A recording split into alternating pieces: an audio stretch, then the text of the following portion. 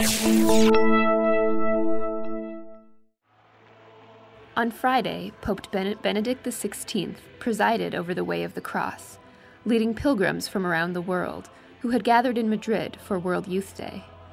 15 stations lined the Paseo de Recoletos.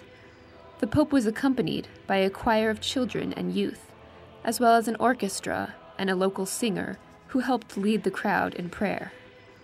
Each station was accompanied with a meditation on people who suffer for various reasons: discrimination and racism, immigrants who are misunderstood, those who are victims of violence and sexual abuse, those who are affected by unemployment and the economic crisis, people with disabilities and people with AIDS, among others. Afterwards, the Pope spoke to the youth at World Youth Day about the sufferings of Christ and the human suffering present in today's world. Dear young people, we have celebrated this Way of the Cross with fervor and devotion, following Christ along the path of his passion and death. The commentaries of the Little Sisters of the Cross, who serve the poor and most needy, have helped us enter into the mystery of Christ's glorious cross, wherein is found God's true wisdom, which judges the world and judges those who consider themselves wise.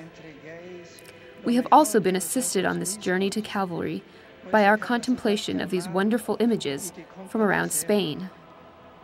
In these images, faith and art combine so as to penetrate our heart and summon us to conversion. When faith's gaze is pure and authentic, beauty places itself at the service and is able to depict the mysteries of our salvation in such a way as to move us profoundly and transform our hearts, as St. Teresa of Jesus experienced while contemplating an image of the wounded Christ. The Holy Father asked the audience to look at the cross of Christ, not as a failure, but as a true gift of life. Let us eagerly welcome these teachings and put them into practice, he said. Let us look upon Christ, hanging on the harsh wood of the cross, and let us ask him to teach us this mysterious wisdom of the cross, by which man lives. The cross was not a sign of failure, but an expression of self-giving in love that extends even to the supreme sacrifice of one's life. The Father wanted to show his love for us through the embrace of his crucified Son, crucified out of love. The cross, by its shape and its meaning, represents this love of both the Father and the Son for men.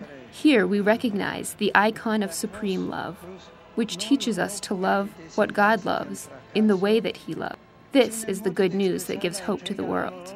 Finally, the Pope called upon the intercession of the Blessed Mother, saying, "Let us turn our gaze now to the Virgin Mary, who was given to us on Calvary to be our mother, and let us ask her to sustain us with her loving protection along the path of life, particularly when we pass through the night of suffering, so that we may be able to remain steadfast, as she did, at the foot of the cross."